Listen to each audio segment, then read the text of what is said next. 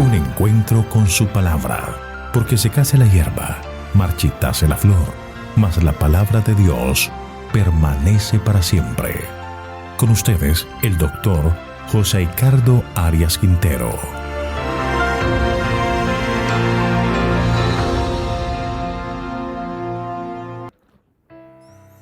Hoy estudiaremos Marcos capítulo 9, la transfiguración.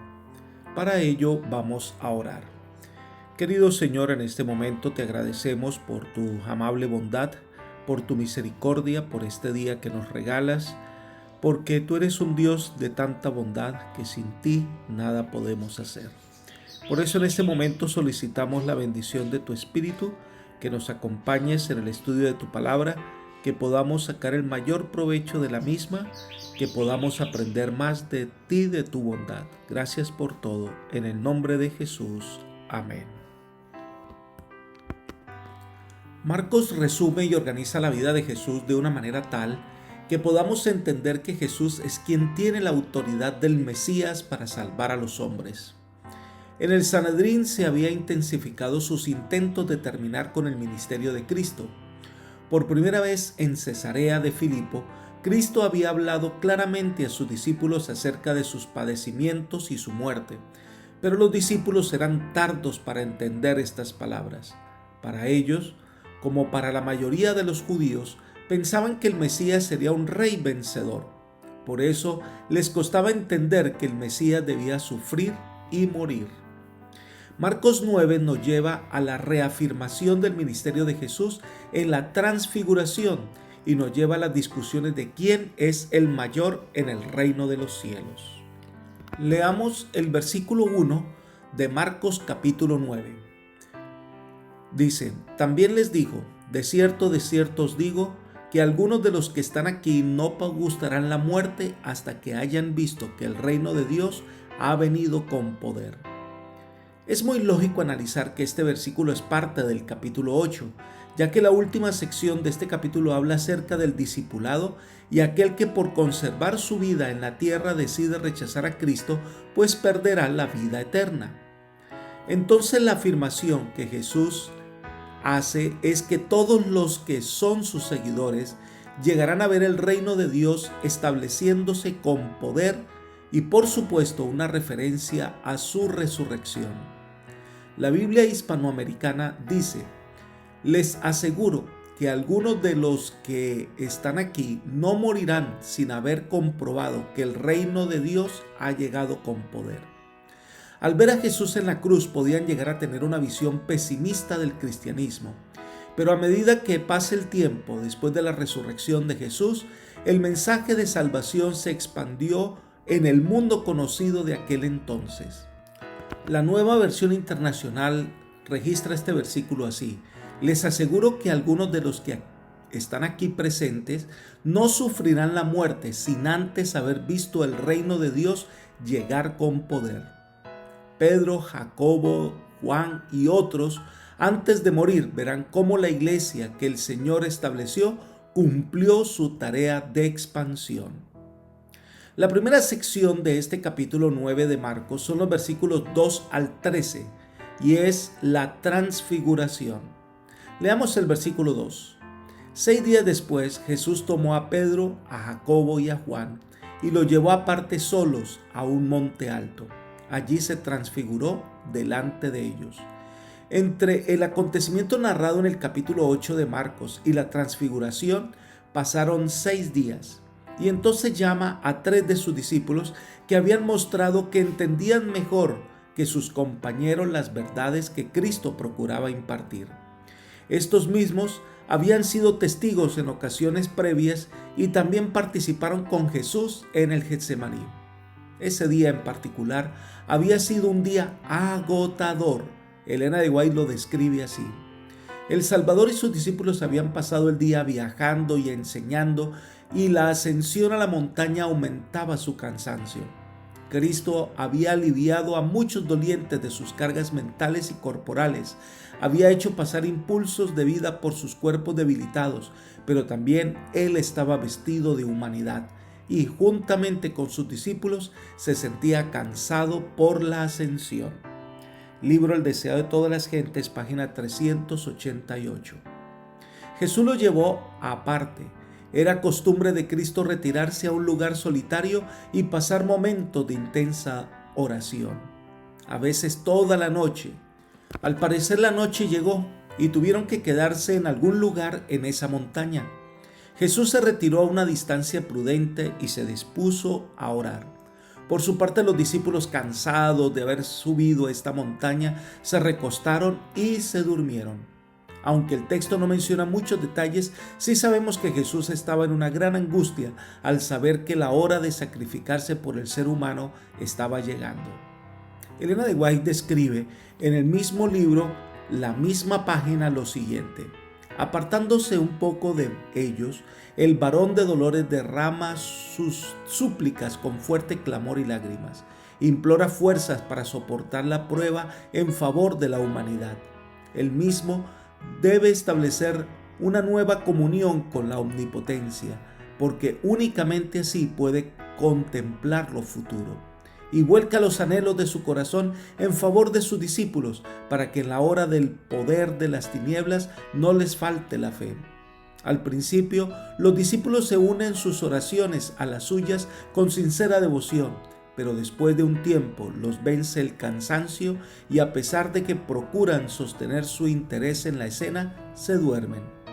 Jesús les ha hablado de su sufrimiento, los trajo consigo esta noche para que pudiesen orar con Él. Aún ahora está orando por ellos. No era fácil para la majestad del cielo enfrentar la muerte y llevar la carga del pecado de la humanidad. No era fácil para el Señor enfrentarse a toda la furia del enemigo de las almas y soportar el desprecio, incluso de aquellos por los cuales moriría. El Señor vino a buscar fortaleza de lo alto y a orar por sus discípulos, a quienes amaba y deseaba fortalecerlos en la hora de la prueba.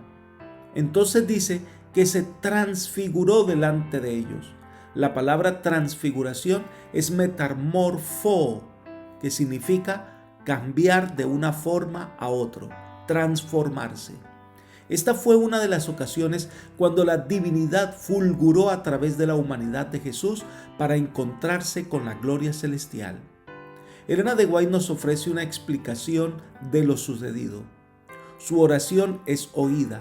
Mientras está postrado humildemente sobre el suelo pedregoso, los cielos se abren de repente, las áureas puertas de la ciudad de Dios quedan abiertas de par en par, y una irradiación santa desciende sobre el monte, rodeando la figura del Salvador. Su divinidad interna refulge a través de la humanidad y va al encuentro de la gloria que viene de lo alto. Levantándose de su posición postrada, Cristo se destaca con majestad divina. Ha desaparecido la agonía de su alma, su rostro brilla ahora como el sol y sus vestiduras son blancas como la luz. Mismo libro, página 389. Sigamos leyendo de Marcos capítulo 9, los versículos 3 al 6. Sus vestidos se volvieron resplandecientes, muy blancos como la nieve, tanto que ningún lavador en la tierra los puede dejar tan blancos. Y vieron a Elías y a Moisés que hablaban con Jesús. Entonces Pedro dijo a Jesús: Maestro, bueno es para nosotros que estemos aquí. Hagamos 3 enramadas, una para ti, otra para Moisés y otra para Elías. No sabían lo que hablaba, pues estaban asustados. En ese momento que Pedro y sus compañeros despiertan, ven a Jesús en su majestad y, quizás por revelación divina, contemplaron a Moisés y a Elías. Esos hombres de Dios vinieron para fortalecer a Jesús en la hora de la prueba. Moisés, el gran legislador de Israel, vio desde la montaña la tierra prometida, pero murió. Nadie conoce dónde está el sepulcro de Moisés, porque él resucitó y ascendió al cielo. El libro de Judas nos dice que hubo una disputa entre Miguel, representación de Jesús, y el diablo por el cuerpo de Judas. Vayamos al libro de Judas, el versículo 9. Pero cuando el arcángel Miguel contendía con el diablo, disputando con él por el cuerpo de Moisés, no se atrevió a proferir juicio de maldición contra él, sino que dijo: el Señor te reprenda. Satanás, debido a los errores que cometió Moisés, reclamaba el cuerpo como suyo, pero este hombre fiel había seguido al Señor con justicia. Moisés representa a todos los fieles hijos de Dios que han muerto y van a resucitar cuando el Señor Jesús venga en su reino. Pero también en aquel lugar se encontraba Elías, el gran profeta de Dios en el tiempo de mayor crisis que el pueblo de Israel había experimentado. Este fiel hombre de Dios fue trasladado al cielo sin experimentar la muerte y representa a todos aquellos que estarán vivos cuando Jesús venga y serán trasladados al reino de los cielos. No se nos dice qué tema fue el que trataron, ni qué le dijeron a Jesús, pero sí es claro que la presencia de estos grandes hombres de fe fortalecieron al Salvador en su decisión de morir por los seres humanos. Elena de White comenta lo siguiente: el Padre eligió a Moisés y a Elías para que fueran sus mensajeros delante de Cristo, para que lo glorificaran con la luz del cielo y hablaran con él acerca de su próxima agonía, porque ellos habían vivido en la tierra como hombres, habían experimentado el dolor y el sufrimiento humano y podían simpatizar con las pruebas de Jesús en su vida terrenal. Elías, como profeta de Israel, había representado a Cristo y en cierto grado su obra había sido similar a la del Salvador. Y Moisés, como caudillo de Israel, había estado en el lugar de Cristo, había hablado con él y seguido sus instrucciones. Por lo tanto, estos dos, de entre toda la hueste que se congrega en torno al trono de Dios, eran los más aptos para servir al Hijo de Dios. Esto lo encontramos en el Comentario Bíblico Adventista, tomo 5, página 1071. Vale la pena el sacrificio de Cristo por aquellos que se salvarán y brillarán por la eternidad. Los discípulos se sienten impresionados al ver a Jesús en su divinidad, en su majestad. Juan el apóstol en Apocalipsis lo describe de la misma manera. Una vez más se comprueba ante ellos que Jesús es el Dios hecho hombre, es el Dios eterno. Entonces Pedro se dirige a ellos y ante el asombro de tan grande espectáculo y quizás pensando que estos hombres de Dios iban a estar con ellos, sugiere que se haga un lugar para descansar. Quizás llegó a la conclusión de que la aparición de Moisés y de Elías en ese momento, a tan poco tiempo de la fiesta de los tabernáculos, implicaba que habían venido a participar de esa celebración. Por eso Pedro sugiere la construcción de unas enramadas. Ahora, Marcos agrega el comentario que ellos no estaban en sí cuando hicieron este pedido, porque estaban llenos de miedo. Sigamos estudiando los versículos 7 al 9. Entonces vino una nube que les hizo sombra, y desde la nube una voz que decía: Este es mi Hijo amado, a él oíd. Y luego cuando miraron no vieron a nadie más con ellos, sino a Jesús solo. Mientras descendían del monte les mandó que a nadie dijeran lo que habían visto hasta que el Hijo del Hombre hubiese resucitado de los muertos. Pedro, Jacobo y Juan no entendieron del todo lo que estaba pasando. Estaban cansados, habían sido despertados por la luz, creían que el día de la coronación de Jesús había llegado. Pero es que antes de la corona estaba la cruz y ellos no lo comprendían. Cuando escucharon la voz de Dios desde el cielo, sintieron temor y se postraron en tierra hasta que Jesús vino ya solo y les dijo: no temáis. Y Jesús les pide el favor que a nadie cuenten hasta después de su resurrección. Y así ocurrió. En la carta que escribe el apóstol Pedro, él se refiere a este momento especial de su experiencia con Jesús. Vayamos a 2 de Pedro, capítulo 1, versículo 16. Porque no os hemos dado a conocer el poder y la venida de nuestro Señor Jesucristo siguiendo fábulas artificiosas, sino como habiendo visto con nuestros propios ojos su majestad. Y sus discípulos descienden del monte, quizás ya había amanecido. Esta fue una revelación especial sobre la majestad de Jesús. Nunca llegaremos a imaginar la gran decisión que tuvo que tomar Jesús para darnos la oportunidad de la salvación, lo que significó para Él tomar nuestro lugar, morir en nuestro favor, solo se resume en una palabra: amor. Todo lo que hizo Jesús por nosotros, lo hizo porque nos amaba, nos ama y nos amará. Entonces, respondamos a ese amor, amándole con todas las fuerzas de nuestra vida. Pero después, cuando iban bajando del monte, algo había en la mente de los discípulos, versículos 10 al 13. Por eso guardaron la palabra entre sí, discutiendo qué sería aquello de resucitar de los muertos. Le preguntaron diciendo: ¿por qué dicen los escribas que es necesario que Elías venga primero? Respondiendo él les dijo: Elías a la verdad vendrá primero y restaurará todas las cosas, pero ¿no dice la Escritura que el Hijo del Hombre debe padecer mucho y ser despreciado? Por eso digo que Elías ya vino y le hicieron todo lo que quisieron, como está escrito de él. Los discípulos estaban desconcertados en cuanto a qué relación podría tener un acontecimiento tal como la transfiguración con la declaración de que Cristo resucitaría de los muertos. Ellos no podían captar la idea del Mesías sufriente. Entonces, con esa lucha en su mente, vienen a preguntarle a Jesús sobre la venida de Elías. Esta pregunta estaba basada en Malaquías 4:5, donde dice: He aquí yo os envío el profeta Elías, antes que venga el día de Jehová grande y terrible. Y se creía que el mismo profeta vendría a restaurar todas las cosas como lo había hecho en el Carmelo. Pero la respuesta de Jesús nos habla del gran cumplimiento de esa profecía en la misión de Juan el Bautista, que no fue comprendida.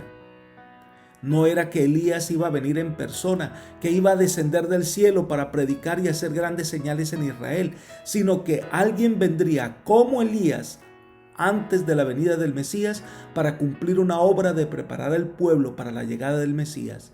Y todos llegaron a comprender que realmente Jesús estaba hablando de la obra de Juan el Bautista. La siguiente sección es la continuación de lo que ocurre después de que Jesús y sus 3 discípulos descienden del monte, versículos 14 al 29. Es el milagro del sanamiento de un endemoniado. Un hombre había traído a su hijo que sufría de diversos problemas, al parecer provocado por los demonios. Pero como no estaba Jesús, los 9 discípulos que habían quedado trataron de sanar al muchacho y no pudieron. Esto provocó una reacción en la multitud. Había escribas y fariseos que aprovecharon esta oportunidad para decir que Jesús era un impostor. Esto trajo mucha confusión. Hasta que llegó Jesús, versículos 17 y 18. Maestro, traje a ti mi hijo, que tiene un espíritu mudo, el cual donde quiera lo toma, lo sacude, echa espumarajos, cruje los dientes y se va secando. Dije a tus discípulos que lo echaran fuera, pero no pudieron. Aquí hay varias cosas que debemos considerar. Número 1, la fe del Padre. En este versículo se revela un hombre desesperado por la sanidad de su hijo. Viene a sus discípulos y no tienen la solución, pero ante la presencia de Jesús las cosas son diferentes. Clama para que el Señor tenga compasión, pide su intervención. Su fe en lo que el Señor puede hacer está intacta. Acude a Jesús como su única esperanza. Los discípulos, ellos en el pasado habían recibido la orden de Jesús de ir y sanar a los enfermos del diablo, y fueron y vieron con sus propias manos y sus ojos que las personas serán sanadas. Pero ellos van a hacer lo mismo ahora y no ocurre. Esto nos enseña que la experiencia de ayer no es la misma de hoy. El que ayer hayamos estado haciendo las cosas para Dios no garantiza que hoy estemos haciendo lo mismo. La vida cristiana es una experiencia diaria. La oración de ayer no reemplaza la de hoy. La predicación de ayer no reemplaza la de hoy. Cada día trae su propia experiencia y cada día debemos renovar nuestra consagración al Señor. Los discípulos pensaron que ellos eran los poseedores del poder de Dios. Vinieron con un poco de orgullo con su propia capacidad y pensaron actuar con propiedad. Pero las cosas no salieron como ellos esperaban. Por eso reciben la represión del Señor. Leamos el versículo 19. Respondiendo él les dijo: generación incrédula, ¿hasta cuándo he de estar con vosotros? ¿Hasta cuándo os he de soportar? Traédmelo. Esta historia nos lleva a pensar ¿Qué fue lo que pasó? Los discípulos tenían fe, pero estaba enfocada en el poder que ellos tenían y no enfocados en Cristo. Por eso estaban obrando con incredulidad, es decir, confiados en sí mismos y no en el Señor. Fueron orgullosamente a exhibir poder, pero las cosas salieron mal, porque los milagros del Señor no son para exaltar al predicador, sino para glorificar a Dios. Cuando le traen al muchacho, éste se desmaya ante ellos. Leamos los versículos 21 al 24. Jesús preguntó al padre: ¿cuánto tiempo hace que le sucede esto? Él dijo: desde niño, y muchas veces lo arroja al fuego o al agua para matarlo. Pero si puedes hacer algo, ten misericordia de nosotros y ayúdanos. Jesús le dijo: si puedes creer, al que cree, todo le es posible. Inmediatamente el padre del muchacho clamó y dijo: creo, ayuda mi incredulidad. El muchacho daba un espectáculo lamentable, y es la primera vez que Jesús hizo una pregunta específica de los antecedentes de uno a quien él sanó. Quizás lo hizo para que los presentes pudieran entender la gravedad de la condición del muchacho. Pero ante la situación, el padre sentía un poco de vacilación porque no tenía seguridad que el Señor podía salvarle. Por eso le dice: si puedes. No le dice si quieres. Jesús le dijo que debía creer, porque el que cree todo le es posible. El padre entendió que tenía incredulidad y entonces le pide al Señor: Señor, sí, creo, ayúdame en mi incredulidad. Se aferraba desesperadamente a su única esperanza. Entonces dice la Escritura que Jesús sanó al muchacho. Este dio un grito y cayó como muerto, y la gente pensaba que había muerto, pero Jesús lo levanta y lo entrega al Padre. El Padre y todos los que estaban allí se dieron cuenta del poder de Dios y que Cristo no era simplemente un hombre, había más en él. Deberían relacionarse más estrechamente con él. Los discípulos vinieron y le preguntaron a Jesús cuál era la razón por la cual ellos no habían echado fuera demonios. Leamos los versículos 28 y 29.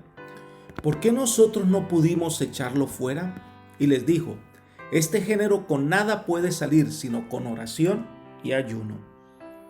En el texto paralelo que encontramos en Mateo hace referencia a la fe, que es confianza plena en el poder de Dios.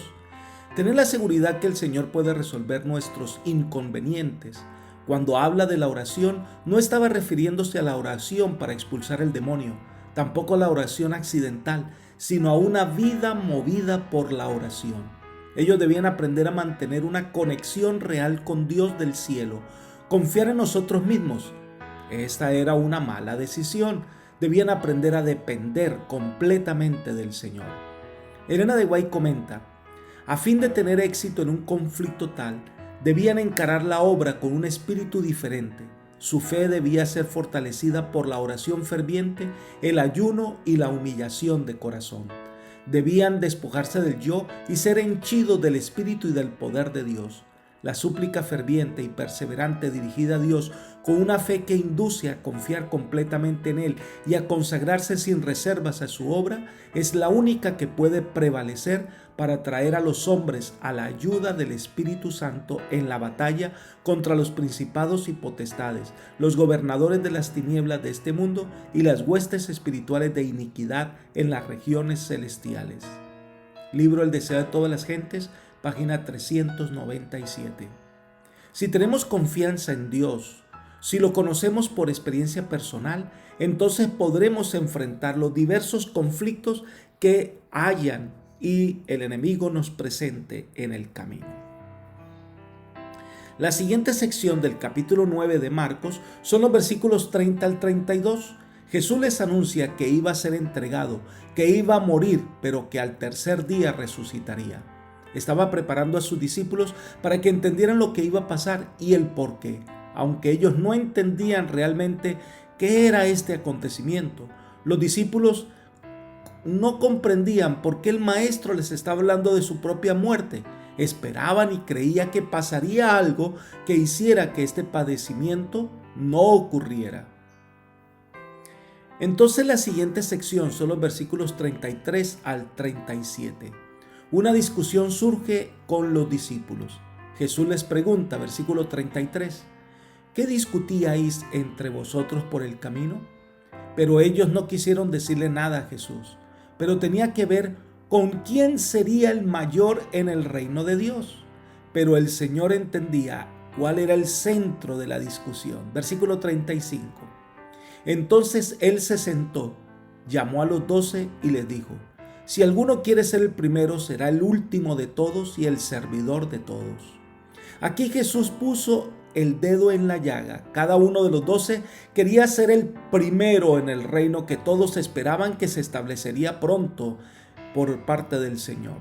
Se olvidaban que la verdadera grandeza implica renunciar a la grandeza de este mundo como meta de la vida. El momento en que un hombre se propone destacarse como grande demuestra la pequeñez de alma. El grande es el verdadero servidor, es su esencia. El reino de los cielos consiste en servir a Dios y al prójimo y no en ser servido por otros. El verdadero amor es esencialmente un asunto de dar amor y no de demandarlo. Posee la máxima grandeza el que ama a Dios y a sus prójimos hasta lo sumo y les brinda lo mejor de su servicio. Leemos los versículos 36 y 37. Y tomó a un niño, lo puso en medio de ellos y tomándolo en sus brazos les dijo, el que reciba en mi nombre a un niño como este me recibe a mí, y el que a mí me recibe no me recibe a mí, sino al que me envió.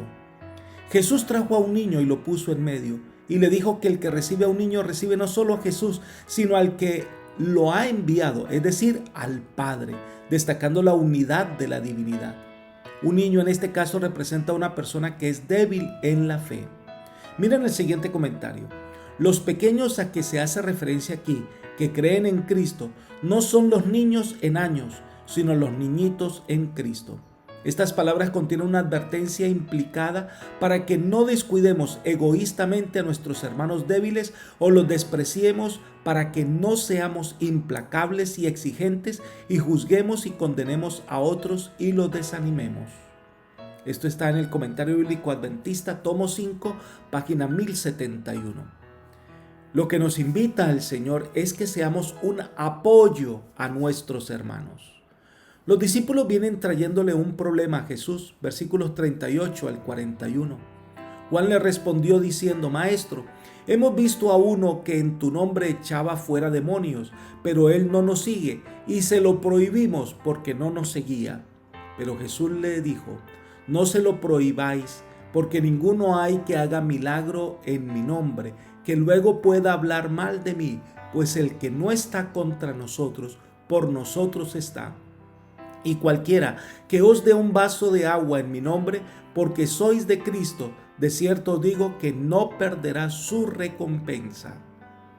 Juan y Jacobo habían recibido anteriormente una amonestación del Señor por su actitud, pero ahora le comentan al Señor que encontraron a un hombre que en el nombre de Jesús hacía milagros y ellos se lo prohibieron, aparentando celos por el honor de su maestro. Pero lo que realmente estaba pasando era que fueron movidos a la acción por su propio honor, porque se consideraban que ellos tenían el único derecho de hacer milagros. Miren lo que dice Elena de White. Santiago y Juan habían pensado que al reprimir a este hombre buscaban la honra de su Señor, mas empezaban a ver que habían sido celosos por la propia. Reconocieron su error y aceptaron la reprensión de Jesús. No se lo prohibáis, porque ninguno hay que haga milagro en mi nombre que luego pueda decir mal de mí. Ninguno de los que en alguna forma se manifestaban amistosos con Cristo debía ser repelido. Había muchos que estaban profundamente conmovidos por el carácter y la obra de Cristo y cuyo corazón se estaba abriendo a Él con fe. Y los discípulos, que no podían discernir los motivos, debían tener cuidado de no desalentar a esas almas. Cuando Jesús ya no estuviese personalmente entre ellos y la obra quedase en sus manos, no debían participar de un espíritu estrecho y exclusivista, sino manifestar la misma abarcante simpatía que había visto en su Maestro. Libro El deseo de todas las gentes, página 405. Los discípulos debían cuidarse del exclusivismo. No podemos negar que el Señor llama a otras personas para que vengan a Él, y hay almas sinceras que le sirven de corazón a Jesús. Nosotros debemos atraerlas, no rechazarlas, porque no piensan igual que nosotros o no sigan estrictamente nuestros métodos de trabajo, no significa que no puedan obrar en el nombre del Señor. El que obra en Jesús es porque Jesús está a su lado y no va a estar en contra de sus enseñanzas ni en contra de su voluntad. Si este hombre estaba haciendo lo que Jesús hacía, era porque Dios estaba actuando con él y mediante él. El mismo libro y la misma página, Elena de White sigue comentando: el hecho de que alguno no obre en todas las cosas conforme a nuestras ideas y opiniones personales no nos justifica para prohibirle que trabaje para Dios. Cristo es el gran maestro. Nosotros no hemos de juzgar ni dar órdenes, sino que cada uno debe sentarse con humildad a los pies de Jesús y aprender de él. Cada alma a la cual Dios ha hecho voluntaria es un conducto por medio del cual Cristo revelará su amor perdonador. Cuán cuidadosos debemos ser para no desalentar a uno de los que transmiten la luz de Dios, a fin de no interceptar los rayos que Él quiere hacer brillar sobre el mundo. Y entonces Jesús habla que si alguien le ofrece un vaso de agua porque eres servidor de Cristo, lo hace con amor, con el deseo de servir, pues va a recibir su recompensa. Dios todo lo ve y todo lo entiende. Y llegamos a la parte final de este capítulo, que son los versículos 42 al 50, y trata del tema de la ocasión de hacer caer a otros. Leamos el versículo 42. A cualquiera que haga tropezar a uno de estos pequeñitos que creen en mí, mejor le sería que se atara una piedra de molino al cuello y se la arrojara al mar. Esta es una clara advertencia del Señor de no hacer caer a otra persona, no hacer tropezar a nadie. Jesús se refiere en primera instancia a cualquier cosa que desuniera a los hermanos. Pablo amonesta a los cristianos maduros a que no hagan nada que hiciera tropezar al cristiano débil en la fe. Los pequeños en la fe son los que no habían logrado cierta madurez espiritual y que podrían ser heridos por las actitudes de otros.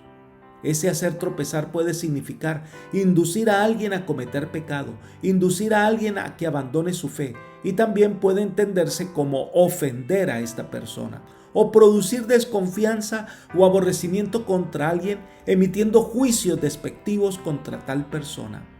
Y entonces el Señor es una figura fuerte. Es mejor colocarse una piedra de molino, que eran tan pesadas que para hacerla girar debía ser tirada por un asno, y con ella hundirse en el mar, para que ser la causa de que alguien débil en la fe pudiese tropezar y perderse. Y entonces el Señor pronuncia un ay, que los juzgará severamente. Los versículos 43 al 48 dice que si nuestra mano o nuestro pie o nuestro ojo es ocasión de caer, es mejor que lo cortemos, porque es mejor entrar manco, cojo o ciego al cielo que ir completos a la destrucción eterna.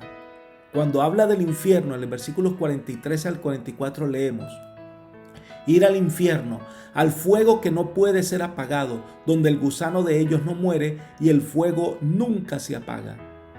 Este fuego que no se puede ser apagado se refiere al fuego eterno, no en el sentido de que siga ardiendo para siempre, sino al fuego que tiene consecuencias eternas.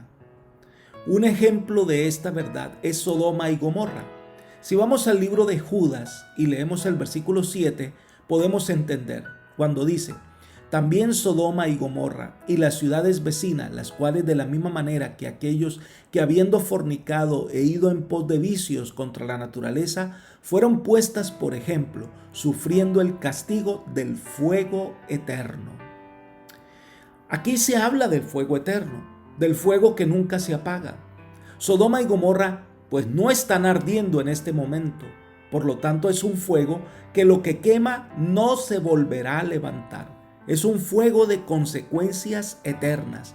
Es como el gusano que no muere mientras hace su obra, por supuesto, pero este también desaparece. Pero el pasaje nos lleva a considerar las consecuencias de nuestros actos. Ahora el Señor hace una referencia fuerte. Si tienes malos hábitos que te llevan a la perdición, el problema es que tu influencia puede llevar a otros a la perdición. Tus actos pecaminosos afectan a otros. Por lo tanto, es mejor entrar manco, cojo o ciego al cielo que perderse eternamente. Es decir, el pecado puede ser cortado, el pecado debe ser abandonado, aunque represente un gran sacrificio, porque es mejor esto que perderse para siempre. Elena de White comenta: ¿por qué empleó Jesús este lenguaje vehemente que no podría haber sido más enérgico? Porque el Hijo del Hombre vino a salvar lo que se había perdido. ¿Habrían de tener sus discípulos menos consideración hacia las almas de sus semejantes que la manifestada por la majestad del cielo? Cada alma costó un precio infinito, y cuán terrible es el pecado de apartar un alma de Cristo, de manera que para ellos el amor, la humillación, la agonía del Salvador hayan sido en vanos. Cualquier hábito o práctica que pueda inducir a pecar y atraer deshonra sobre Cristo debe ser desechado, cueste lo que costare. Lo que deshonra a Dios no puede beneficiar el alma. La bendición del cielo no puede acompañar a un hombre que viole los eternos principios de la justicia, y un pecado acariciado es suficiente para realizar la degradación del carácter y extraviar a otros. Si para salvar el cuerpo de la muerte uno se cortaría un pie o una mano, o aún se arrancaría un ojo, con cuánto más fervor deberíamos desechar el pecado que trae muerte al alma. Libro El deseado de todas las gentes, página 406. Y termina el capítulo 9 de Marcos con los versículos 49 y 50. Todos serán salados con fuego, y todo sacrificio será salado con sal. Buena es la sal, pero si la sal se hace insípida, ¿con qué la sazonaréis? Tened sal en vosotros mismos, y vivid en paz los unos con los otros. La sal tiene muchas propiedades preservativas y el fuego es considerado un agente purificador. Lo que podemos entender es que todos pasaremos por el fuego de la aflicción y de la purificación en esta vida o por los fuegos del último día. El fuego elimina la escoria de esta vida o destruye la misma en el último gran día. La sal preserva lo que es bueno. Ahora, en los servicios del santuario se añadía sal a todos los sacrificios. Leamos Levítico 2:13. Sazonarás con sal toda ofrenda que presentes, y no permitirás que falte jamás en tu ofrenda la sal del pacto de tu Dios. Todas tus ofrendas ofrecerás sal.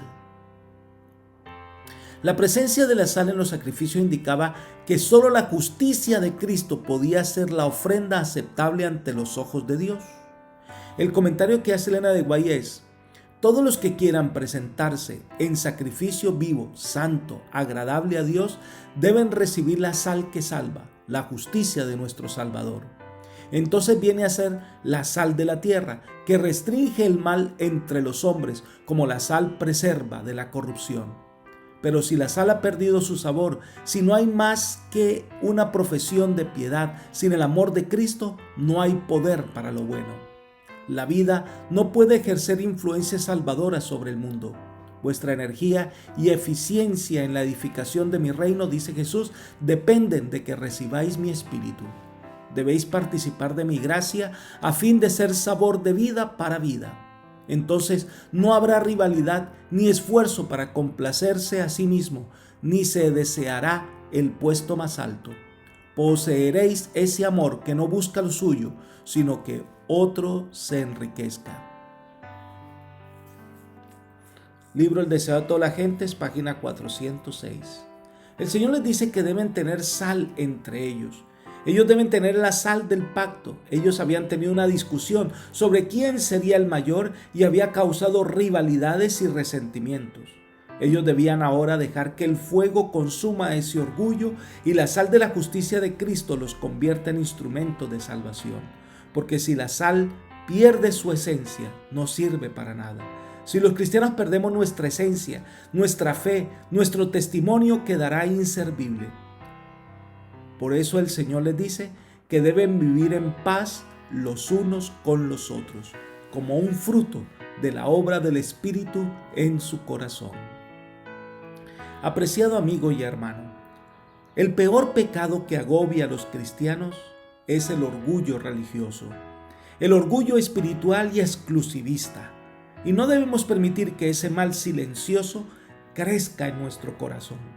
Nosotros debemos dejar que el Espíritu de Dios haga su obra de transformación en nuestra vida y entonces viviremos como la sal de la tierra, teniendo paz con nuestros hermanos. Hoy es el día de cubrirnos con la justicia de Cristo Jesús. Que el Señor te bendiga, es mi oración por ti. Amén.